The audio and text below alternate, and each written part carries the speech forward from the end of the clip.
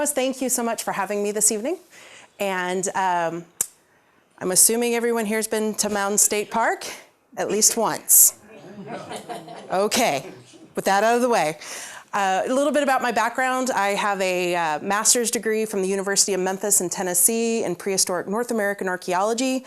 I have 2 graduate certificates, one in museum studies and another in college teaching, which basically translates to I can put you to sleep faster than I can say boo.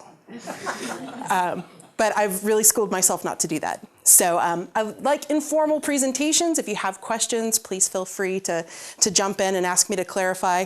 I also, when I get really excited, I tend to gesticulate a lot and talk faster than I probably ought to. So tell me to slow down, too, if you can't hear me.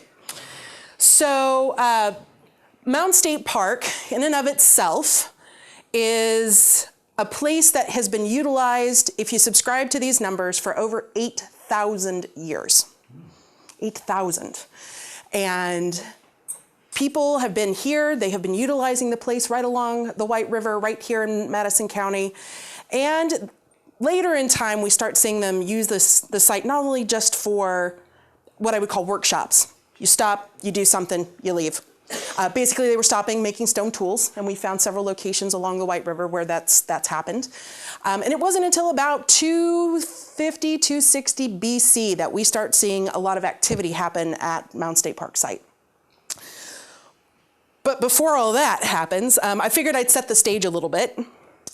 Human settlement of North America is a hotly debated topic. We have been arguing, screaming, discussing, pontificating, lecturing, etc., regarding how did people first get here and who were they and why did they come. There's several theories. One is that people walked across the ice-free corridor when water was trapped up in glaciers, and it created an ice-free corridor on the land just underneath what we now know as ocean between Eurasia and North America. Another thought pattern that's really caught on, a lot of your Ancestry.com and 23andMe genetic DNA materials have shown that there's been lots of people that were skirting the coast. So they were seafaring people. They were coming in boats, and they were probably stopping along the ice sheets and hunting for seals and whales. Island hopping is another one of those things. So what does that mean? That they were coming from the Polynesian islands and they were boating and stopping and boating and stopping. There is actually one genetic pool that shows up in Peru whose closest genetic tie is in the Tahitian Islands. Who knew? And there's a lot of other theories. One that includes people coming in from Europe. We do know that Europeans were here in North America long before, 1492, but I'm going to step aside because it's too late in my timeline. The accepted dates for people to be here in North America is anywhere between 18,000 and 12,800 years ago. Archaeologists, we don't like to change our mind about anything. Anything. So one of the things that we actually do know that we do have sites and dates that have been pretty consistent. Once again, if you subscribe to the numbers, to about 30 to 40,000 years. I know, set long back. But the dates that we do have that is mostly accepted is that, 18 to 12,000 years. Eras of time, we're gonna skip through this pretty quickly. Paleo-Indians, they were the first people that came here. They were big game hunters. They were following the mammoth, the Jeffersonian ground sloths. They were following a lot of the pictures down here. When my kids come, I said, has anybody seen Ice Age? Anybody have grandkids? You seen Ice Age? Okay, one of the things, Sid, who's the sloth, who's always shown up pretty small, he probably outshone Manny by heads and shoulders. Yes, that is a Jeffersonian ground sloth, and that was one of the huge prey items that North Americans, as they were coming in to the landmass, were hunting. Why do we call him Jeffersonian? Well, it's because Jefferson, when he got bones, Jefferson was a great naturalist. He and George Rogers Clark, who was settled down in southern Indiana, they were always constantly collecting bones and trying to put them back together. The first ground sloth looked nothing like what the ground sloth we now know looks like, because Jefferson was there trying to play a puzzle that had no edges or middle pieces. And so he had some pretty interesting thought patterns. But one of the interesting side notes is when Jefferson sent Lewis and Clark out to explore the western half of the country, he was sure, positive, that these animals still existed in the western half of the country. So, okay, so now with that in the back of your brain, hey, would you guys like to go wander out in the west for me? You know, if you see one of them cool cat things, do you think you could catch it? Yeah, bring it back. Wouldn't that be awesome? They were fully nomadic people. These are not people who are settling down. Remember, this is the Ice Age. It is very cold, very arid. That's one thing a lot of people don't know about the Ice Age, is that it was a desert. While the water was generally trapped up, there were rain and snow periods, but for the most part, it was not wet, it was not lush, and it was not herbaceous. Fancy word for there weren't a lot of plants around. One of the things that we know about these people is really one. What they were leaving behind is stone tools. They leave us very little else that has survived the annals of time. So our stone tools tend to be very big, beautiful, I might add, but big, and oftentimes found in kill sites where they were driving animals over the edges of cliffs. So we probably think that this was a larger gathering, and this comes back, and we see this in cycles and cycles, that the Native Americans, when they first arrived here, were in really small groups. And it makes a lot of sense, because the bigger the group, the more food you have to have, right? So you stay in smaller groups, then maybe you can feed everybody. But during certain times of the year, they would come together because, once again, like I like to tell my fourth graders, if you live in a very small group, it probably consists of mom, dad, grandparents, aunts, and uncles. And if I want to get married, yeah, my pool's kind of small. And so they probably were coming together in times for hunting purposes. And that would also have been celebrations of birth, of death, of marriage, spiritual reasons as well. And we're going to see this persist through time. All right. The next era is 8,000 to 1,000 BC, which is before current era, for those that don't know what that extra E on there is for. What we see is that those big animals, they're gone. They did not survive the end of the Ice Age very well.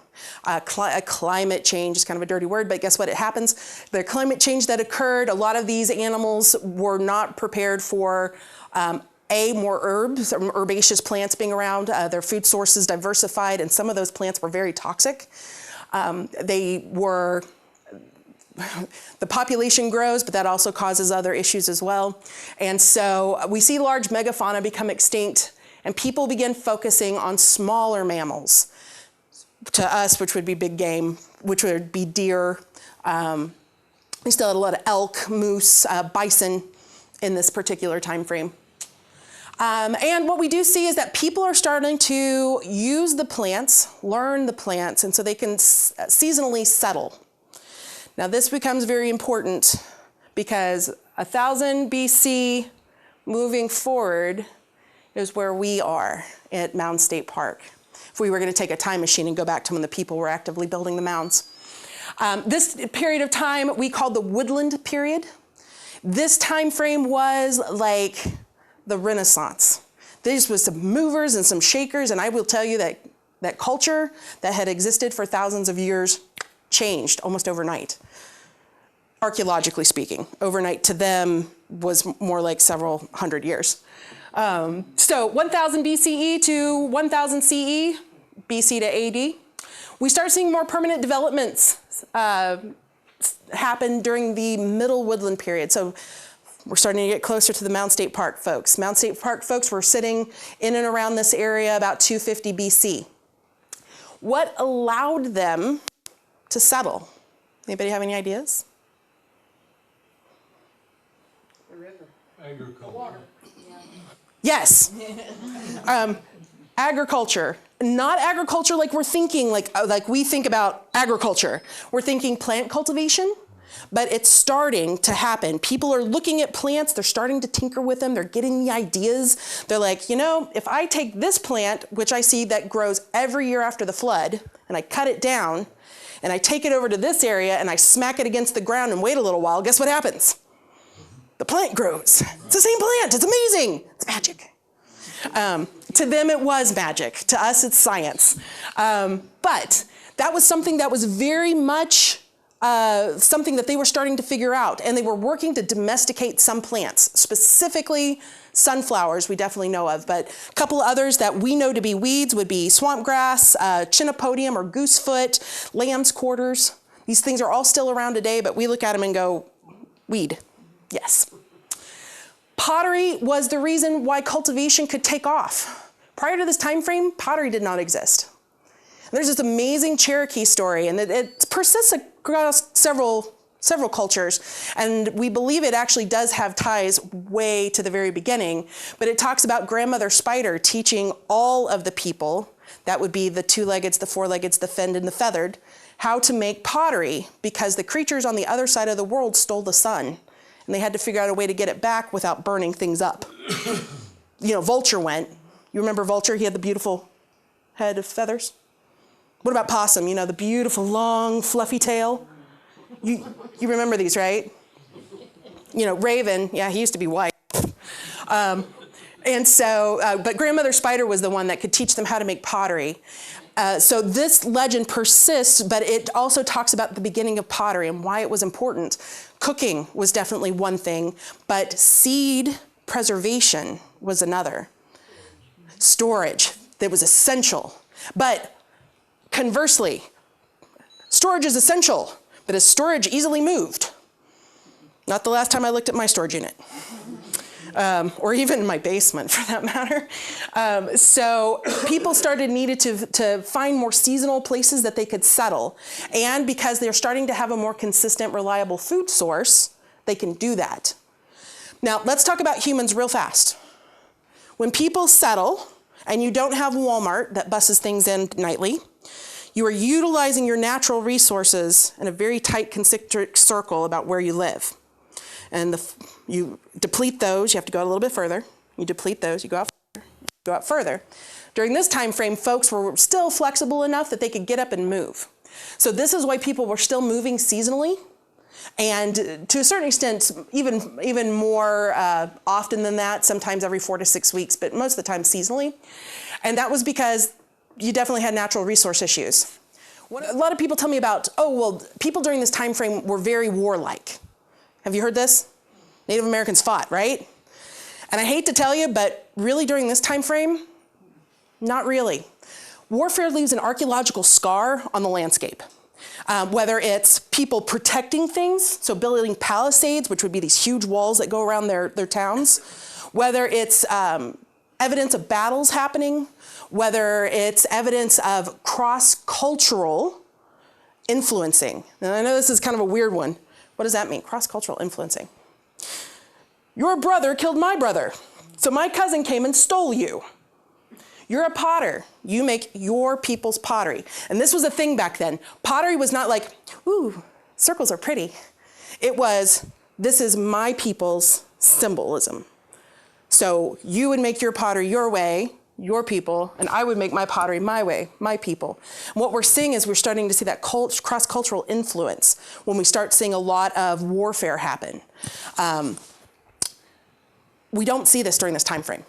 What we see is people coming across each other, oftentimes coming together and touch points, which would have been very much like all the way back in the Paleo period, times to come together and look for husbands and wives, to celebrate, to worship, to trade.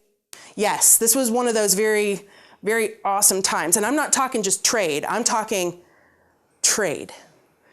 Their ideas and concepts that came out of this time period are amazing. We'll get back to that. First artifactual evidence of religion happens during this time frame. Corn does not exist when Mounds State Park mounds were built. Didn't exist. Well, it existed, but it was like in Central America still. Still hadn't quite made it up this way. And we also had extensive trade networks develop. So one of the things that, when we talk about the Adena, A-D-E-N-A, which is not a word, of course, they called themselves. It was actually the name of a farm in Chillicothe, Ohio. Adena is actually a Hebrew word that means beautiful or graceful. And it was a farm where they identified the artifacts that said, this is one culture. And then you have the Hopewell people. And guess what? It was named after a farm in Chillicothe, Ohio. They just happened to be about, 10 miles apart. And that was where they came together and said, these people were a people and a culture. So what distinguished them? What made them different, right? Well, the Adena people were still very much on the move. They were interacting with their landscape. They weren't settling very long, and they were kind of utilitarian. So they weren't spending a lot of time in the creation of goods that we would necessarily call art or expressions of oneself. So I liken it to the Adena people would be like me going to your house and finding a toothbrush, a pencil, and toilet paper. That's what you need to get along with your life, right? The Hopewell period, which in archaeological time, there's a shift that happens between 200 and 300 years. And whatever happens here is really cool because we move away from pencils and toilet paper and toothbrushes, not that those aren't essential and they're still around, but we start seeing people leave us things that tell us what they thought, not just what they did. So yes, there's pottery, but now we see evolution in pottery design and decoration. Now we see exotic trade goods coming in, which to me indicates the fact that they had time to go on vacation. Ha ha ha, vacation. It's more or less they're able to settle down. They're not having to spend as much time working for survival, but now they can turn out and spend that extra time to go out and find these cool exotic trade goods. And whether it's through trading networks or whether it is based off of personal, I will call them ceremonial journeys, we're not 100% sure, but we have some intriguing evidence that's come out here in the last few years, which makes us think that maybe, no, it probably wasn't maybe. It seemed like for obsidian purposes, does everyone know what the material obsidian looks like? It's a black volcanic glass. I'm going to start walking now. You know, it's going to be kind of hard to see. But a black volcanic glass. In North America, there's only one source of this, and I do say North America and continental North America, that you can find this material. And it would be 1,650 miles away from here. Right. And that would be in, you know? New Mexico. No, farther north. Starts with yellow, ends with, thank you, Yellowstone. That was where the massive caldera is. And now, mind you, you can find smaller chunks in other places in the country, but the big materials that they needed to create things, this is small compared to what a lot of Hopewell people were using this stuff for. There's a blade at Mounds City that is this big. It's gorgeous. I think I might be able to pull a picture of it here in a few minutes. Obsidian, the kind of cool thing that we found here in the last few years is that people were going, we believe, were actually physically going and getting that. They weren't just trading for that material. And what does that make, why do we think? Did we have a time machine that we went back and asked? No. We theorized that people are like squirrels. So people like to, back then you buried things in caches. So when you had something precious, you would bury it so you didn't have to haul it around because guess what, rocks are heavy. And they would leave it, and sometimes they would forget where they buried it, which is fantastic for archaeologists because we can come back to that material later in time and find a lot.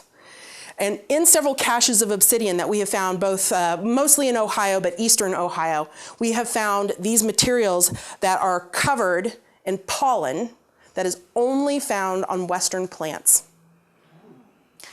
To be a trade material, you oftentimes would say, you know, I'm going to trade you this for that. And you're going to say, what do you have? Can I see it? Can I touch it? Can I feel it? Can I show it to my friend over here to make sure it really is what it is? And every time you touch it, pollen wears off. So to have a material that traveled, coated in Western pollen, means that more than likely either you had multiple bearers that understood that it was very important and not to unwrap it, or that you had individuals going and getting it and bringing it back. To me, that's pretty amazing. Native Americans during this time frame had no horses. they were walking, and they were boating. So think about that, 1,650 miles. It's mind-blowing.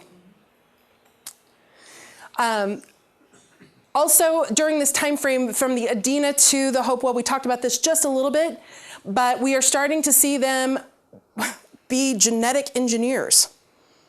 And I'm going to call them that. The one thing that people don't understand about Native Americans is how amazingly intelligent these folks were. We are seeing genetic engineering occurring specifically in this time frame, and we call the plants that they were working on the Eastern Agricultural Complex. Some of the oldest cultivation sites that we've seen that we know domestication happened, it's about 3,000 years ago. How can we tell that a plant's been domesticated? Anybody have any idea? It's all about seed size. So, anybody here like sunflower seeds? They're about 1,500 times larger than you would find them in a wild sunflower. Think about that, 1,500 times. So we see the seed size exponentially grow, and then we also start seeing that it's being utilized in food production. How can archaeologists tell if something's being cooked? Anybody here burn things? Yeah, my husband cooks. And what do you do when you burn something in your pot when it's really bad? You throw it out. Well, no. I'm sorry if you get like my cooking. My husband goes, ashes to ashes. And so he'll just throw the pot out. And so I figure I'm just contributing to future archaeologist records of what our cooking styles were. And so this is what we're finding, is we're finding pottery material that has been put into midden or trash pits that has severely burnt materials in it. So we know that they were cooking it, they know that they were processing it somehow and for some reason, so oftentimes for food, because really otherwise why would you put something in a pot and make it hot? These are some of the plants. Squash was a plant that was here. So we've all heard of the three sisters, right? Corns, bean, and squash. That's what Native Americans were eating in 900 AD. Corn and beans were a Central American plant that had yet to make it up here. The squash, which is kind of a funky looking squash, kind of looks like the zucchini sort of, was being cultivated here, as was little barley, goosefoots, wrecked knotweed, which is not the Japanese knotweed if you guys are farmers, maygrass, sumpweed or marsh elder, and the sunflower. So, gardens were essential. Food is essential. If we think about the essence of being a human, think about food, think about family. With the beginnings of cultivation, we were starting to see people do some interesting and wonderful things. There's also many scholarly reports thinking about the relationship between food production and religion. Because do we pray for it to rain? Do we pray for it to not be so hot? Do we pray for it to grow? Yeah. And so we think that there is a direct correlation for these folks, the Adena and then the Hopewell peoples, that religion kind of spurred out of some of this plant cultivation. I'm not saying that's the only thing, because a lot of their religion focused around the stars. Sun, yes, the moon, yes, but the stars were also very big. But when we start thinking about planting cycles and seasons and just marking time, it seems like it's a pretty important one. Earliest mounds that were built in North America, Watson Brake in Louisiana is one of our oldest. It was about 3,500 BC. And this is one thing that I like to tell folks when they come to the mounds and they say, tell me about the mound builders. And I'm like, I'd love to, but I can't. Why is that? I'm like, mounds were built for multiple thousands of years. They were built by different cultures, by different people with different motivations. So I can't reduce them to a people. I just can't. But what we do know is that when they started building these things, these were places where lots of people came. And for a time frame when people weren't getting in very big groups, it's pretty significant. This is a picture of Point, which is another one of our oldest mountains in the North American continent, also in Louisiana. But one of the things that it shows is that they really like geometry. And And we'll see that here kind of evolve in just a moment. And the other things that were essential to life, of course, were the rivers.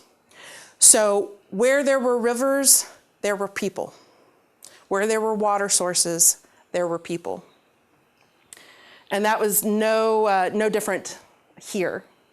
Intentional cultivation, which is basically a slash and burn technology. So they would come in. So we're not talking like what we do. We go out, we plow a field, we put rows of similar plants together, and we weed and tend and wait. These folks were oftentimes taking large plots, they were burning them, and then they might bring in multiple styles of plants. It's what I akin to kind of what we do in our backyards. This year we're going to try these 2 types of tomatoes and some squash and some potatoes. Well, our potatoes didn't turn out so well, and those squash bugs, really? So next year we're going to try some pole beans, and we're going to try this, and we're going to try that.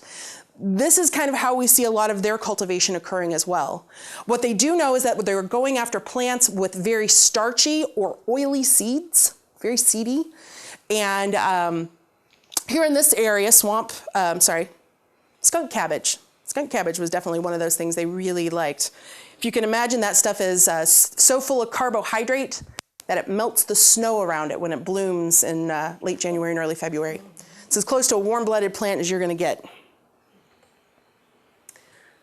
So you have these people. You have the Adena. They are building mounds, but they are utilizing them in not as clear a fashion to us looking back. They're oftentimes aligned with the sun, the moon, the stars. They are leaving us materials and artifacts inside them, but they're not really using them for burial purposes. Burials did occur occasionally with the Adena, but oftentimes burial mounds were, if we think about cairns where the person would be laid down and then covered with a certain amount of rock and dirt material. They didn't really get to these big, massive sizes. The big, massive ones, they were meant for something completely different. Mound State Park, we consider ourselves part of the Ohio Hopewell civilization. So if you guys have been to any of the mounds in Ohio, that we are the western frontier, if you will. And so we are akin and contemporary to the Serpent Mound and Newark and Mound City. If those don't mean anything to you, that's okay. There's some great road trips if you ever want to take them. But just to kind of give you an idea, Mound State Park, our great mound, is 360 feet across. The enclosure height's about 9 feet off the original ground level. This big circle right here, you could fit about 8 of us in it. So we aren't the biggest thing out in the game, folks. In fact, that mound right there is over 1,200 feet across. Their enclosure is about 12 to 15 feet high, and I highly recommend that you go see it one of these days because it's pretty awesome. We also have the octagon, which is this guy over here. So not only were we doing circles, we were doing these kind of cool geometric shapes. So we talked about genetic engineering, right? Let's talk about astronomy. Let's talk about physics. Let's talk about math, which I don't know much about. But what we do know is their engineers had become so incredibly precise that all across Ohio, into Indiana, and parts of Kentucky, the construction is almost predictable. It's going to be certain lengths of space. We believe they were using ropes in their construction. And then the tradition bearers would go from one place to the next and say, your circle can be built smaller, but it still needs to be built in these proportions. Whether I use 3 rope lengths, you're going to use 1 rope length, but we're going to make our mounds incredibly precise and incredibly eerily the same. Now, some of these are solar mounds, some of them are lunar mounds. In fact, the octagon right here, this is a cool thing. They had to wait 36 years to get all of their precise measurements in order to build that guy. 36 years, because it's lunar based. And if you ever get a chance to see a picture of the moon, it goes in an infinity symbol. So does the sun, but the moon's kind of more impressive because it takes longer. It takes 18.6 years to complete one loop of the infinity symbol.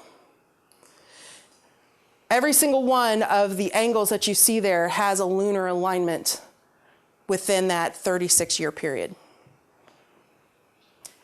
And it's cool. If you ever get a chance, you stand there and you track it and right there's the moon. There's been a little wobble in 2,000 years, I'll give and take, but it's not significant enough for our eyes to see it. So these ceremonial centers, and that's what we call them. Ceremonial is archaeologist for we don't know. So what happened there? Ceremonial.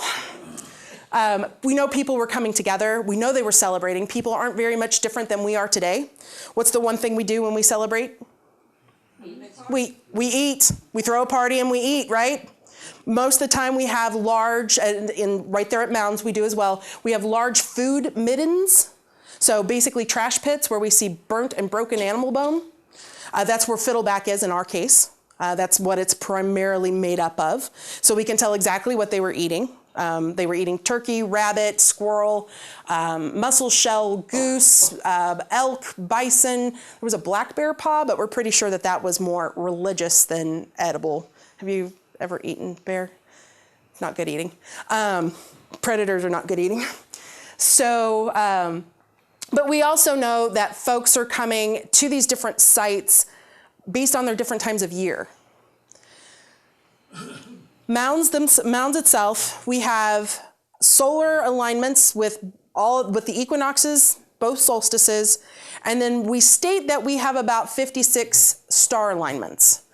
The star alignments, I would like to put some modern astronomy to it. When we first were looking at these things, it was back in the early 80s, and we've got a lot more cooler computers now to get to really lock down some of these. But some of the astronomy that they were looking at were things like the Pleiades, Rigel, these types of things that every group, and all the way up through the Skadi Pawnee, that were amazing astronomers, were tracking. And our folks were no different. Other ramifications of a settled lifestyle, once again, I said they had time to go on vacation. I don't know if that's just kind of me bringing it most modern, but when you have more time and you have a more predictable food source, oftentimes travel's involved. And we start seeing exotic trade goods, copper, shell, grizzly bear teeth, obsidian, chert, copper. One of our closest trade items, the trade item that came out of Indiana, was Wyandotte chert. It's a flint material that's located down right about where O'Bannon State Park is along the Ohio River. But everything else was coming in. And these, yes? In part of Ohio where New York is, there's an area called Flint Ridge. Yes! Oh, well, if you're a geek, when we start looking at points that we see that people have, we can look at the type of flint and the type of chert, and we can just about tell what quarry it came from by what it looks like. I have an ancestor that came from that area. Yes. And that Flint Ridge flint is pretty. Nice working material. It's fantastic working material. I will say Wyandotte's a little bit less of a nicer grade, but it sure does turn pretty colors when you put it in the fire, which is, I'm sure, part of the reason why people liked it. But we start seeing these things influx, and we start seeing an explosion of what I call art, what modern people call art, but what somebody else would probably call ceremonial implements. On the bottom, it's all made out of copper. One of the greatest misconceptions about Native Americans is that they were in the Stone Age. They were on the brink of the Bronze Age. They were tinsmithing into copper. And so anybody here like alternative history novels? There's a great one out by Orson Scott Card, the guy who wrote Ender's Game. It's called The Redemption of Christopher Columbus. And they hypothesize what would happen if they had left the native peoples alone for 50 more years, because they were right there on the brink. And that at that point, if they had run history forward, that this wouldn't be America. It had some really awesome Aztec name. I don't know. It's an interesting theory, though. Up here, we've got a grizzly bear made out of copper. I know it looks like a pig, but I promise it's a grizzly bear. And other materials made out of different cherts that were influxed into the area. Now, Mounds State Park was in full swing until about 200 AD or so. And then something happens. What was it? Ceremonial. I don't know. Actually, we were not thinking that it was ceremonial. We feel that something happened. There was a change in the environment, and people left Mounds, and they were not coming with enough regularity that we here can look back and go, people were utilizing the space. They weren't making fires. They weren't leaving artifacts. So we kind of see this weird slush period. But, so 200 AD. We also had we did have two people buried. That's another thing about the Hopewell civilization, is that they started using their mounds more different than the Adena did, is that they were starting to use them as burial locations for very important people. And who those important people are, I don't know, I wasn't there. Those burials, we had two burials in the Great Mound at 50 AD. And we know that was a Hopewell mound because it was shaped a little bit different, and that's kind of what Hopewell folks were doing. And we did not find any other major burials there until about 800 years later. So if you can imagine wandering across this landscape, and there were people there, folks. There were people all throughout Indiana all during this time. But they probably came up against it and said, that's weird, that's the ancestors, leave it alone. More than likely. But 800 years later, and what's going on 800 years later? There is another civilization that's out there. It's called the Mississippian/Fort Ancient time frame. These are the folks that are settled. They are doing monocropping. Anybody heard of that? It's what we do today. Big, huge fields of corn, big, huge fields of beans. They were reducing their dietary consumption rate to the point, well, we'll talk about it in a second. They were monocropping. They were living in large cities. In fact, the largest cities in the world anywhere existed right here in North America until about Philadelphia in 1776. And that was Cahokia, which is located just on the other side of St. Louis in Illinois. There were between 50 and 60,000 people living there at any one given time. We see art go from Hopewell to, whew, not saying that the Hopewell stuff wasn't pretty awesome, and I tend to like it, but Mississippian artwork was amazing. And one of the other things about mounds that we see happen is we see it shift from this geometric pattern to this pyramid pattern. And yes, there's lots of theories about how pyramids got up here in North America. We fight a lot about what's going on. One of the biggest mounds that was built here in North America is Monk's Mound. There's a picture of it down there, or artist representation. It was about 10 stories high and had the same footprint as the Great Pyramid of Egypt. Yeah. It was pretty amazing. Where was that? That is right across from St. Louis in Ohio. So if you were going from on the 64 driving into Missouri, you pass it within like 5 miles of the border. And it has an amazing interpretive center. And Monk's Mound is still pretty impressive today, even though it doesn't look quite that big. One of the things I always like to put at the very end of my program is a discussion, or a brain provoker, if you will. When we talk about the Adena Hopewell peoples, and we talk about food, and we talk about, isn't this an amazing thing, because it allows people to settle in one place. And when you settle in one place and you have more time on your hands, what happens? Babies. So we see our population grow. We see people being able to go from being generalists. We have to worry about getting the food and taking care of the children and making cloth, to now being able to be specialists. You're a potter. I'm a flint knapper. You are an amazing cook. We're able to focus in. It seems like a great thing, right? Not so much. So agriculture leads to sedentary settlements, animal domestication, higher population density, food surplus, and mono diet. Doesn't sound bad, right? Next, those things lead to trade networks. Sounds okay. Which leads to epidemic disease. Now we're living together. What do we all worry about? Getting our flu shot. The herd mentality, right? Yeah. You see higher population density, but we see increased fertility and rapid population growth, which leads to the more demand for resources. So now they're having to move further and further away from their concentric circle, and guess what? They run into the next town over. And now it's no longer, hey, I'd like that tree. And they say, no, we're working on that tree. And you go, oh, that's fine, there's a tree over here, have a great day. Now we've got two settled populations going after the same resources. We see, with the food surplus and monodieting, we see worse health. We start seeing signs of obesity, diabetes. Syphilis was running around too. Lie. We were seeing their dental issues were significantly worse than any other period in time. And mono diets sound like a great thing. Corn, let's grow it, right? Except corn's a very finicky plant, and there was something in the 1300s that happened called the Little Ice Age. Corn did not do well. We see the rise of government, because I tell people there's only two reasons why people do things. Because you're told to and because you want to. When you're told to, that's government. And when you want to, normally that's religion, sort of. But we start seeing that rise of the priestly class, the governmental societies. We start seeing those chieftains up on those super high tops of mounds. But we also start seeing people who are not as wealthy or as high in status. And we see that in the population growth because they're not getting the choicest foods.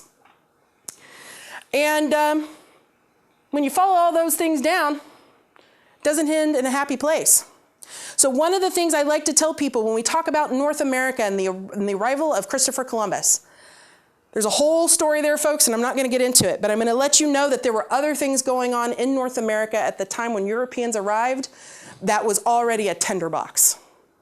You had war, disease, famine, you had distinct natural resource depletions in many of the highly dense areas.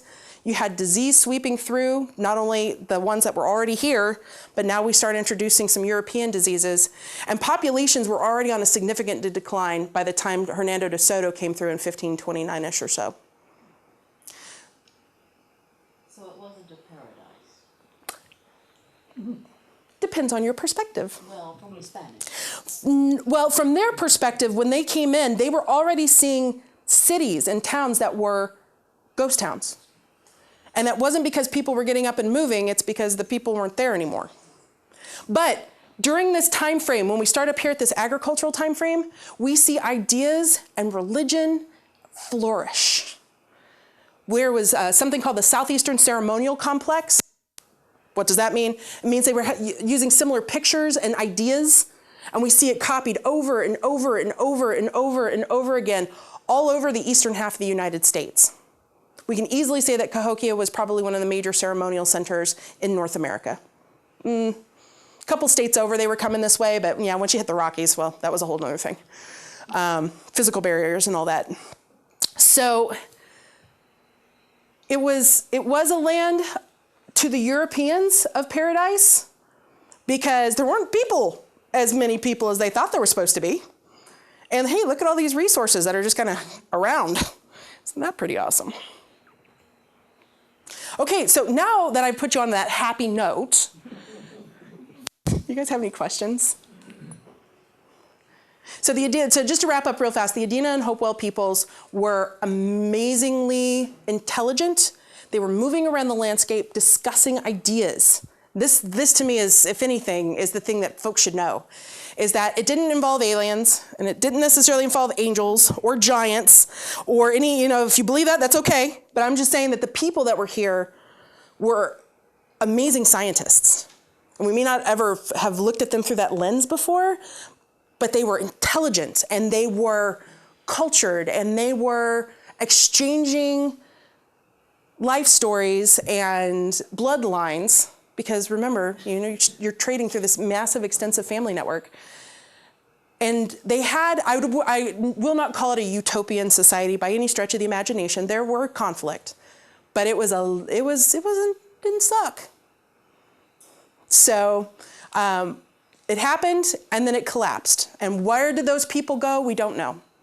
The Miami, this is their heartland, they have tribal historians which say that in their view and according to their oral traditions, they did not arrive in this area until about anywhere between 1000 and 12,000 AD. So the 12th century or so. So where did the people go? They're still around. I'm sure they've got great genetic lines all the way down. We just don't know what specific tribal entity that they belong to. We know that they happened and that they subsided. There was additional cultures behind them, and then those people are still alive and active and around us today. And that's something that, you know, I always ask my fourth graders, I'm like, are there still Native Americans? 90% of the time they say no. And I'm like, wrong. Well, where are they? Well, they're your friends and your teachers and the guy that runs the store down the street. So they're still here and still very vibrant populations. And we're very glad to have great relationships. The DNR, we work with folks and from multiple tribal entities to help try to tell the story in a way that's respectful. So, all right, now questions. Now that's a little bit more happy. Yes? Are you still finding artifacts at Mounds State Park? So let me tell you, laws and regulations have really changed in the years since the cowboy days of archaeology. When were the cowboy days of archaeology? Let's call them the 1960s. Archaeology's come a long way. In 1996, there was a law passed, and it was the Native American Graves Protection and Repatriation Act, NAGPRA. And that kind of brought us all to a point that said, these are people, these are the ancestors of other people, and you probably ought not be rummaging around in their grave sites, which we all can agree on. And it also went back to all those wonderful museums that had these beautiful collections and said, you know what, those belong to my great-grandmother, and we'd really like them back so we can put them back with her. With that law that was passed, further, I'm going to say this in the most delicate way I can because I am an archaeologist, but you know, I am a respectful archaeologist. Further additional invasive digging, study became incredibly difficult. So what do archaeologists, especially in North America, what do we do now? We have cool things like LIDAR and muons and magnetic resonance, which means that we can see underneath the ground without having to move it.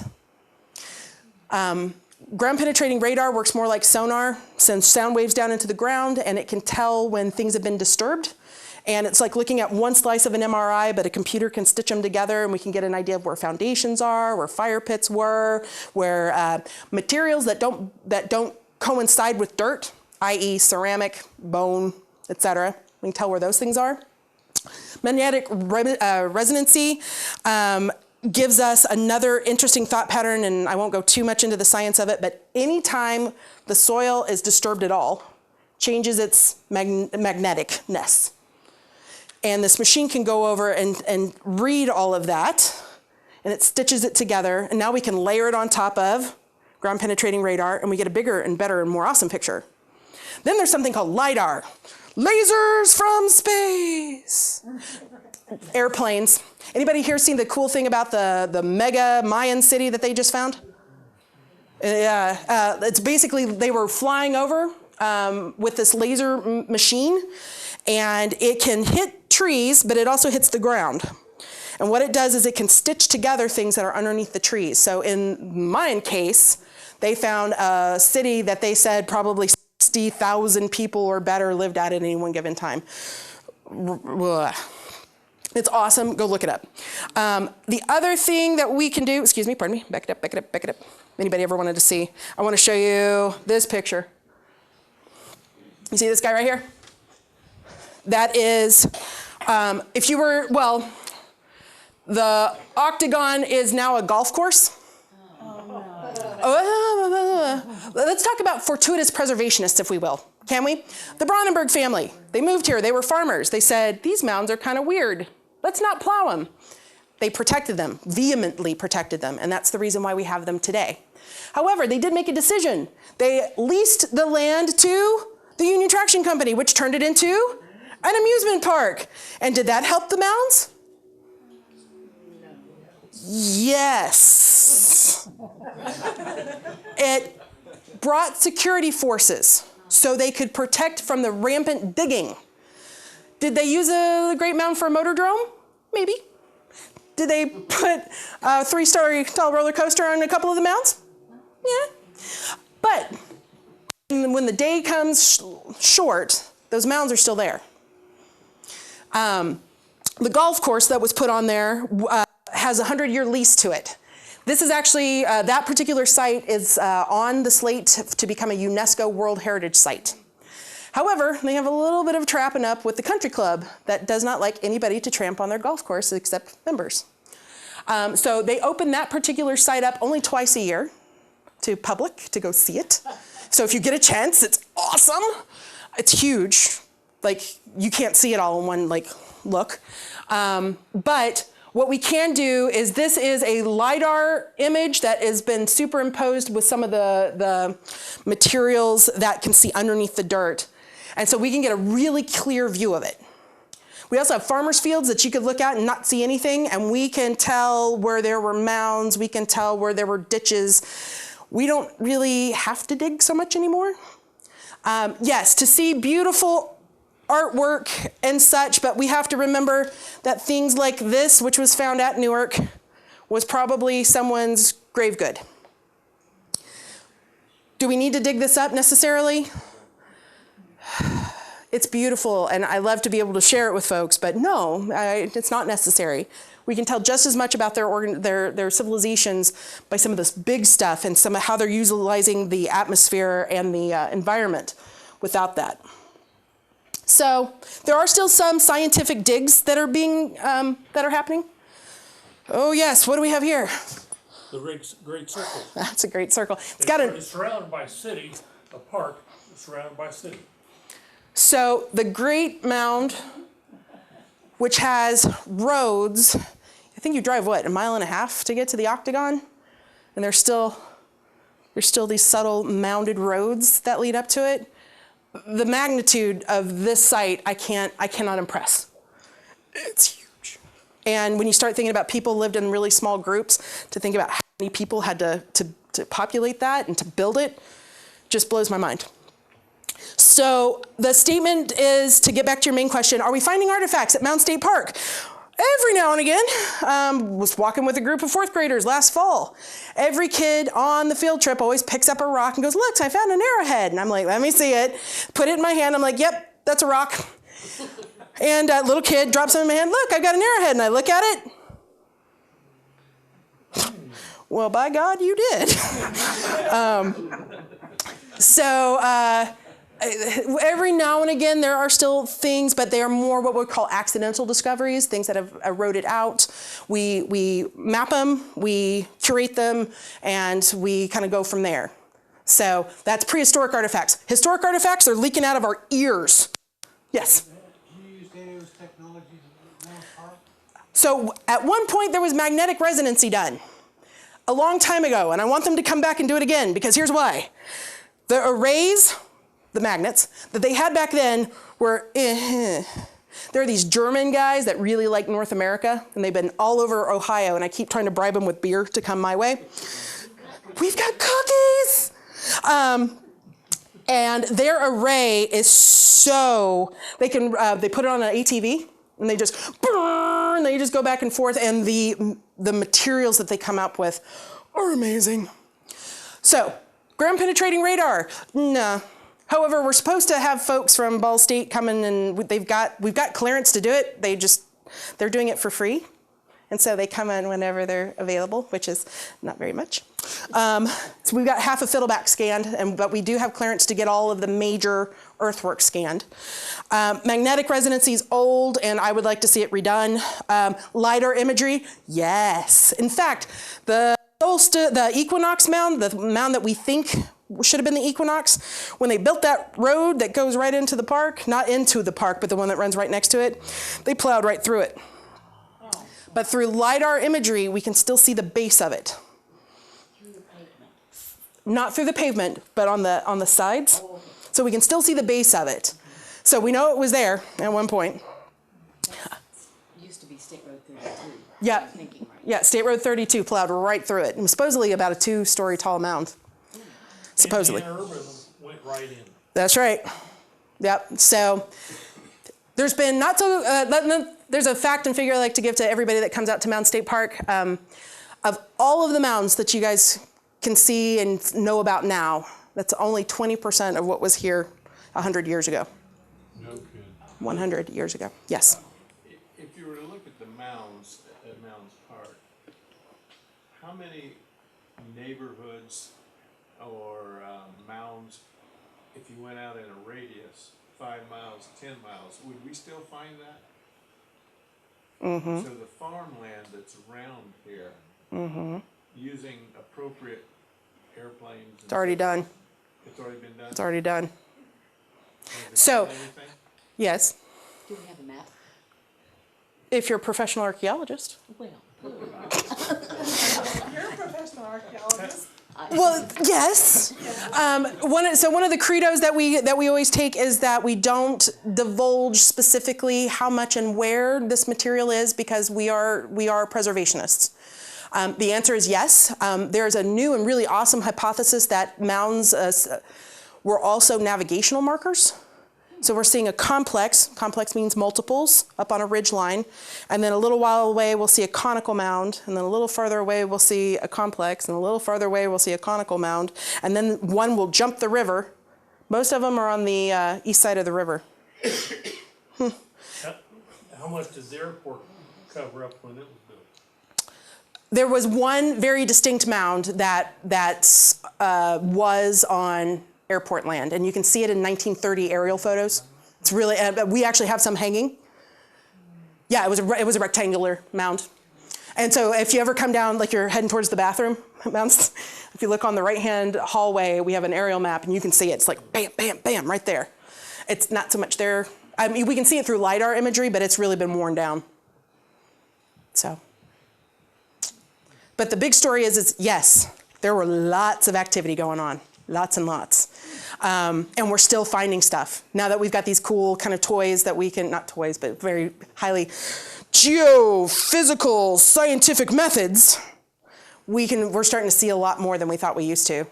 Great. I'm glad you guys enjoyed. I do have a few handouts, just a few. I figure most of you guys have been there before, and I really don't like the history of the Mounds brochure. I'm working to redo that one. So take it with a grain of salt. Okay. thank you, Kelly. You're welcome.